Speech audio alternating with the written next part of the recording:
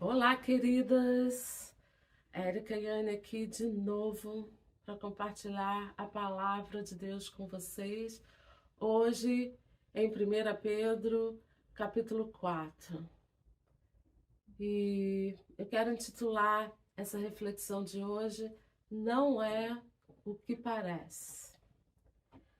Não é o que parece. Quando a gente lê um capítulo como esse de 1 Pedro, para quem não está muito familiarizado com a Bíblia e quem não pensa um pouco para além das palavras e do que é dito, para o contexto geral das coisas, pode parecer uma coisa bem chata, né?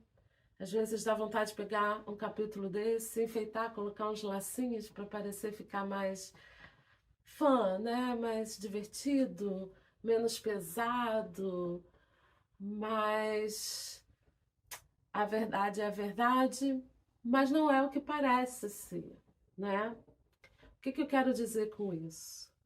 Aqui vem diversas exortações, né? Falando sobre como a gente deve viver nesse mundo, um pouquinho daquela continuação, né?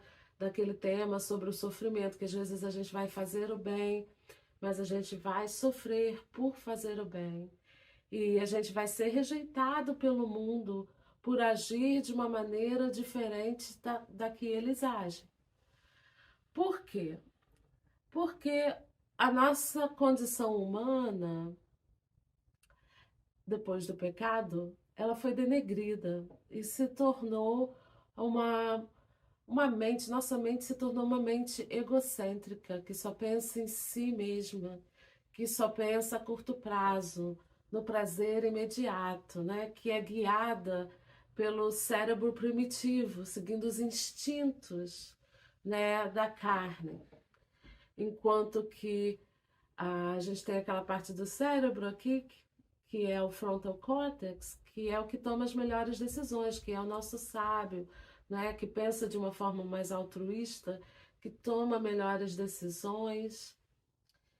E a princípio, quando a gente lê exortações assim como essas, não se dê a glutonaria, não participe de orgias, não participe de bebedeiras, não participe de imoralidades sexuais e coisas desse tipo, parece uma coisa muito chata, né? Parece assim, estão tirando todo o prazer da nossa vida e a gente tem que assumir aquela vida chata, certinha, santa, assim que algumas pessoas que não entendem o evangelho entendem. Mas eu quero te dizer que não é o que parece. Não é o que parece, né? Tudo isso na superfície parece ser uma coisa agradável, parece que você está abrindo mão dos prazeres da vida para seguir os princípios bíblicos. Mas a verdade é que tudo isso leva à sua destruição e leva você a viver uma vida aquém daquela que Deus designou para você. Todas essas coisas citadas aqui que nós devemos evitar, elas na verdade destroem o seu corpo, né? As bebedeiras destroem a sua saúde. As bebedeiras podem fazer você tomar atitudes que vão destruir o seu casamento, atitudes que vão gerar violência, atitudes que vão gerar problemas na sua vida, no seu trabalho, até na sua carreira, né? Porque você vai chegar no outro dia no trabalho, vai estar de ressaca, não vai render o seu melhor, isso vai afetar a sua performance na sua carreira, né? As imoralidades sexuais acabam trazendo, além de problemas de saúde, problemas para a sua vida emocional, né? Porque toda vez que você ah, se envolve com alguém que não tem o compromisso com você, existe um risco muito grande de você ser magoado, de você se machucar emocionalmente, né? Quando você se engaja em orgias, isso, na verdade, você está buscando preencher um vazio dentro de você com algo que não vai preencher. Quando você sair dali, você vai se sentir pior do que antes, na verdade. Naquele momento ali pode gerar um prazer momentâneo. Então não é o que parece. o que o nosso corpo nos leva a fazer, se a gente se deixar guiar só pelo cérebro primitivo, só pelos impulsos, né? A princípio pode parecer prazeroso, mas a longo prazo não vai trazer vida e benefício. E lembrem-se, Jesus veio para trazer vida e vida em abundância. Então, a Bíblia é o nosso manual de instrução daquele que nos criou, né? De como nós vamos viver melhor e mais felizes. Então, não é o que parece. Pode parecer assim que Deus esteja querendo cortar o nosso barato, né? Pode parecer como às vezes acontece com os nossos filhos. A gente, como pai e mãe, quer colocar limites e eles acham que a gente está cortando o barato deles, né? Mas não é o que parece. Não é o que parece. Não, essas coisas não trazem benefício algum. Ao contrário, elas destroem a nossa vida no longo prazo. Mas esse é o natural do ser humano. E quem não entende a verdade da Bíblia, quem não entende e não confia em Deus como Deus, e que como Deus sabe o que é melhor para a gente, então não entende isso. E isso gera uma rejeição a todos nós que somos crentes e que seguimos os preceitos da Bíblia, ou pelo menos, né, nos esforçamos para, não somos perfeitos também, né?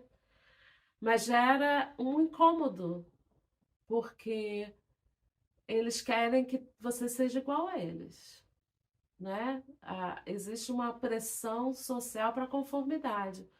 Ou você é igual a mim, ou eu não te quero, né? Então, a cultura, mais uma vez, nos forçando a que a gente se adeque ao mundo, ao invés de se adequar às verdades da Bíblia, né? Mas 1 Pedro 4 não é uma lista só do não faça, né? Tem a lista também do faça. Se todas essas coisas vão trazer destruição, o que que vai trazer coisas boas para a nossa vida, né? E uma das primeiras coisas, uma das coisas que é mais importante, né, que na verdade resume em tudo, é o amor, né? E diz que o amor, ele perdoa muitos pecados, porque se você ama, você segue todo o resto da lei.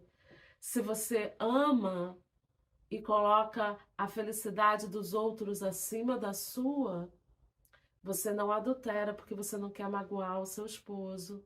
Você não adultera porque você não quer destruir uma outra família. Você não adultera porque você não quer destruir alguém emocionalmente. Começando um relacionamento que não pode ser concretizado na sua plenitude, porque você já tem uma família. Se você ama, você não mata. Se você ama, você não rouba. Se você ama a Deus, você o obedece.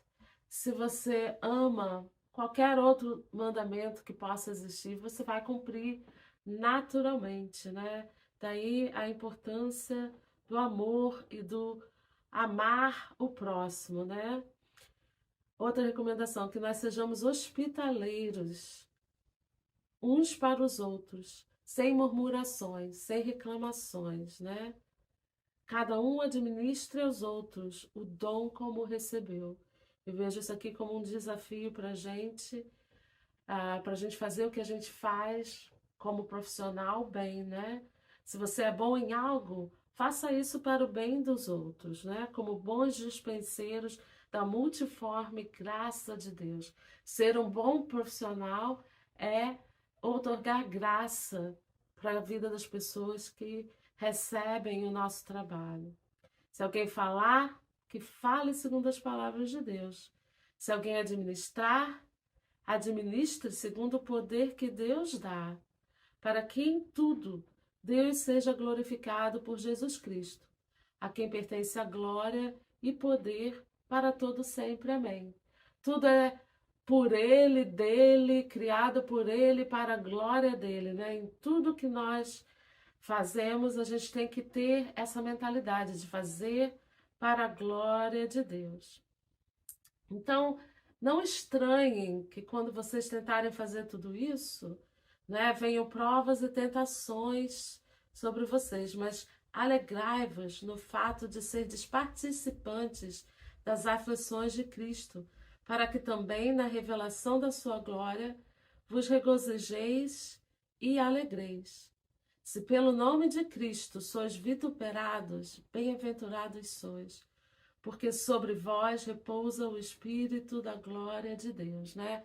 E é meio que uma repetição aqui da bem-aventurança, né? Bem-aventurados sois quando vos perseguides e vos injuriardes, né? Pelo amor do meu nome. Então não é o que parece. No momento, você pode se sentir rejeitado pelos seus amigos, você pode ser ridicularizado por tentar viver uma vida digna, mas não é o que parece, né? Na verdade, você é bendito. Quando isso acontece, você deve se regozijar, porque assim como Cristo foi rejeitado, assim como ele sofreu, nós sofremos, mas assim como ele obteve a vitória e a alegria ao final, nós vamos também com ele obter a vitória e a alegria final. Que nenhum de vós padeça como homicida ou ladrão ou malfeitor, ou como que se entremeie em negócios alheios. Mas se padece como cristão, não se envergonhe, antes glorifique a Deus nessa parte. Né? No nosso estudo anterior eu falei sobre aquele meu cliente que sofreu aquela injustiça, mas é engraçado que quando às vezes a gente sofre uma injustiça, a gente acaba se sentindo culpado, se sentindo como se na verdade a gente tivesse errado quando não está, mesmo sendo inocentes. Existe uma vergonha moral de sofrer uma acusação falsa, de sofrer uma injustiça, né? Mas ele está dizendo aqui, se você padece como cristão, não se envergonhe.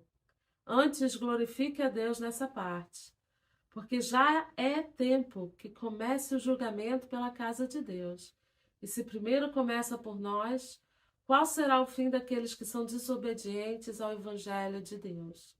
Então, pode parecer às vezes para nós que as pessoas estão se divertindo e que nós estamos deixando de nos divertir, que nós estamos perdendo, né, de algumas alegrias da vida. Mas não é o que parece.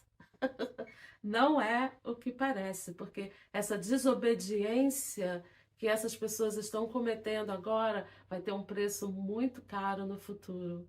E quem ri por último ri melhor. E se o justo apenas se salva, onde aparecerá o ímpio e o pecador? Portanto, também os que padecem segundo a vontade de Deus, encomendem-lhe as suas almas como ao fiel Criador, fazendo o bem. Então, nós somos desafiados a fazer o bem, não importa que resposta nós recebamos do mundo, não importa se nós vamos ser rejeitados, não importa se nós vamos ser perseguidos simplesmente por sermos cristãos ou por termos votado em A ou em B, né? Não importa, isso não importa. O que importa é que a gente entregue a nossa alma a Deus. Façamos o bem e deixe Deus ser o juiz. E deixe Deus agir na sua justiça. E quando ele não age nesse momento, ele vai agir no tempo dele. Mesmo que o tempo dele seja no futuro, quando ele vier para julgar a todos de acordo com os seus atos. Então, entregue a sua alma a Deus, entregue a justiça, entregue o desejo de vingança a Deus. Faça o bem. Faça o que é certo. Evite as coisas que são nocivas, que parecem prazerosas num primeiro momento. Mas lembre-se, não é o que parece. Não é o que parece. Não seguir por vista e pela cultura humana, mas seguir por esse princípio aqui. Que Deus nos abençoe para tanto. Amém.